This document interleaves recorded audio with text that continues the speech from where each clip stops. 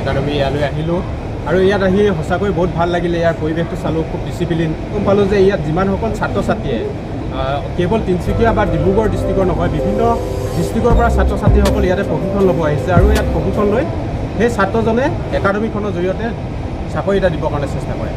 আৰু ইয়াত যিসকল ছাত্ৰ ছাত্ৰীয়ে প্ৰশিক্ষণ লৈ আছে তেখেতলোকলৈ মই এটাই অনুৰোধ কৰিম যে ইয়াত ছাৰ বাইদেউহঁতৰ যিসমূহ তেখেতলোকৰ নিয়ম নীতি আছে সকলোবিলাক ফ'ল' কৰক আৰু যেনেদৰে তেখেতলোকে প্ৰশিক্ষণ ল'ব লাগে সেই প্ৰশিক্ষণসমূহ দিয়াৰ সময়ত যিখিনি কথা বতৰা ছাৰ বাইদেউহঁতে বুজাইছে তেখেতলোকৰ কথাখিনি খুব মনোযোগেৰে তোমালোকে ল'বলৈ চেষ্টা কৰিবা, যাতে নেপচা একাডেমিখনৰ লগতে তোমালোকেও ভৱিষ্যতে এজন সফল নাগৰিক হ'ব পৰা। মই ইয়াকে ক'লোঁ আৰু সকলোলৈ শুভেচ্ছা জ্ঞাপন কৰি অৱশেষত এটাই অনুৰোধ কৰি মোৰ অনুপ কাকপথাৰ নামৰ এটা চেনেল আছে, ফেচবুক পেজ এটা আছে অনুপ কাকপথাৰ হিচাপে। আপোনালোকে কেতিয়াবা চাব, মই যিমান পাৰোঁ ইনফৰ্মেটিভ ভিডিঅ'বিলাক দিবৰ কাৰণে চেষ্টা কৰি আছোঁ।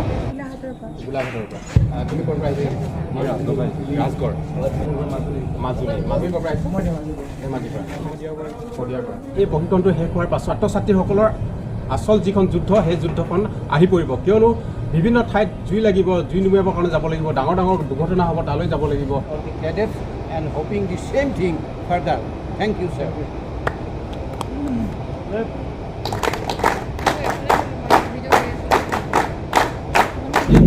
একাডেমিখনত কেৱল ডিব্ৰুগড় বা তিনিচুকীয়া জিলাৰ নহয়, অসমৰ বিভিন্ন জিলাৰ পৰা ইয়াতে ছাত্ৰ ছাত্ৰীসকলে প্ৰশিক্ষণ ল'বৰ কাৰণে আহে। হয় বন্ধুসকল, মই আজি উপস্থিত আছোঁ north east fire service academy, যাক আমি নেপচা বুলি জানো, আৰু এই একাডেমিখনলৈ আহিছোঁ।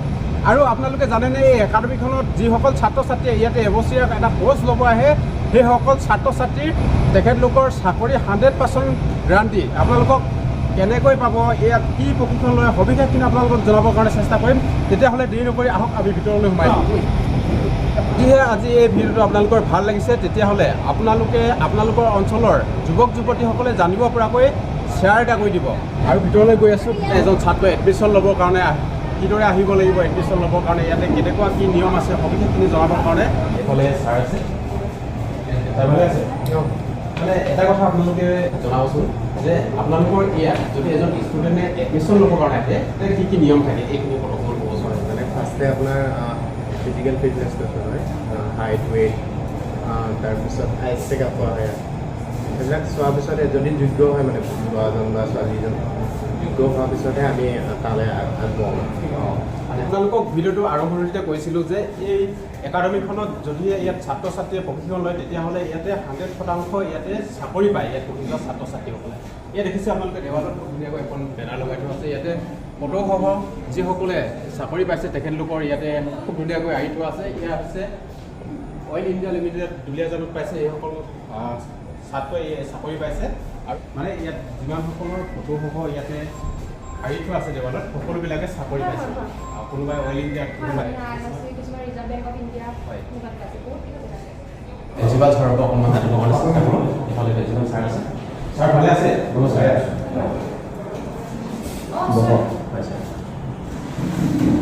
ছাৰ, আপোনাৰ এই একাডেমিখনত ছাত্ৰ ছাত্ৰীসকলে ইয়াত যদি প্ৰশিক্ষণ লয়, প্ৰশিক্ষণ এই একাডেমিৰ পৰা 100% ছাত্ৰ ছাত্ৰীসকলে চাকৰি পায়।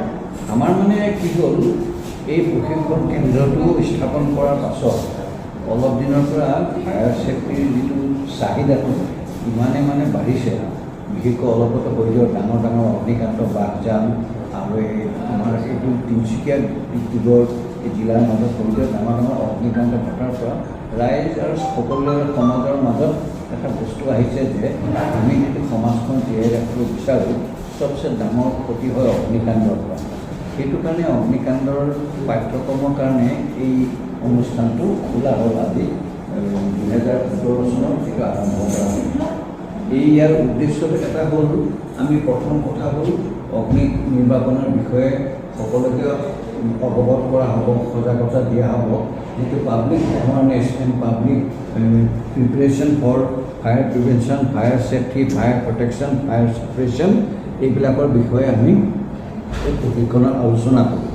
প্ৰশিক্ষণ সমাপ্তিকৰণৰ পাছত আমাৰ আৰু এটা সুবিধা এটা হ'ল কি, আমাৰ এই একাডেমিখনে বৰ্তমান ঠিক লোকেল এমপ্লয়মেণ্টৰ নিচিনাকৈ এটা পাৰ্চিয়েল অংশ লৈ কাম কৰে। সেইটো অংশ হৈছে যে ওচৰে পাজৰে থকা আমাৰ কিছুমান অনুষ্ঠান আছে তেওঁলোকে আজিকালি সদ্যহতে ফায়াৰ ছেফটিৰ মানুহবিলাক নকল কৰিবৰ কাৰণে বিচাৰে আৰু এতিয়া ইয়াত অহাৰ লগে লগে আমাৰ এটা সৌভাগ্য যে ইয়াত ল'ৰাই প্ৰশিক্ষণ কৰাৰ পাছত বহিব নাপায়গৈ লগে লগে অলপ দিন পাছতে তেওঁলোকৰ জেগাই জেগাই পষ্টিং হৈ যায় ইতিমধ্যে আমাৰ ইয়াত মানে ভালেখিনি ল'ৰা ছোৱালী পষ্টিং হ'ল অল ইণ্ডিয়াত আছে আছাম অইলত আছে ডিগবৈ ৰিফাইনেৰী তাৰপিছত আছাম পেট্ৰ'কেমিকেলছত আছে বৰোদা ৰিফাইনেৰী আছে বঙাইগাঁও ৰিফাইনেৰীত আছে তাৰপিছত ৰিজাৰ্ভ বেংক অফ ইণ্ডিয়া তাৰপিছত এনেকুৱা কেইবা জেগাতো ইয়াৰ উপৰিও আৰু যাৰ যাৰ ইচ্ছা আছে সুবিধা পায় Assam police commando Assam forest guard regiment এইবিলাকত ইয়াৰ পৰা জইন কৰিছেগৈ ল'ৰা ছোৱালী সমান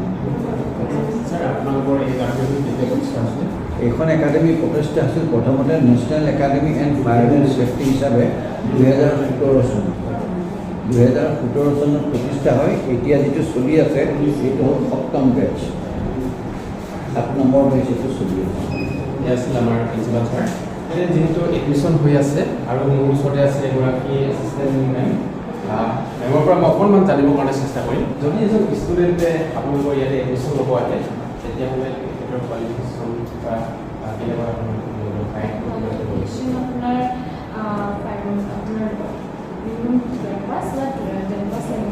আৰু আপোনাৰ যিটো হাইটেন ৱেইটৰ কথা হাইটেন ৱেইট আপোনাৰ মিনিমাম ল'ৰাৰ কাৰণে 5.3 ছোৱালীৰ কাৰণে 5.1 বা 8 আৰু ৱেইটটো হ'ব বয়জ এণ্ড গাৰ্লছৰ কাৰণে দুজনে 50 আপ এইকেইটা ক্ৰাইটেৰিয়া যদি ফুলফিল কৰিব পাৰে লগত মেডিকেলিও যদি অলপ ঠিক থাকে মেডিকেলি হওক চশমা এইবিলাক নৰ্মেল চকু বা সেইবিলাক অসম সেইখিনি মানে ইয়াত এডমিশ্যন আৰু এগৰাকী মেম আছে মেমৰ পৰা অকণমান জানিবৰ কাৰণে চেষ্টা কৰিম নতুনকৈ যদি এজন ষ্টুডেণ্ট ইয়াতে এডমিশ্যন ল'ব আহে তেতিয়াহ'লে কেনেকৈ আহিব কি কৰি আহিব আৰু আপোনালোকক যোগাযোগ কৰিব পাৰিব নাই সেই কথা অকণমান ক'ব লাগিব হয় নিশ্চয় যদি কোনোবা ষ্টুডেণ্ট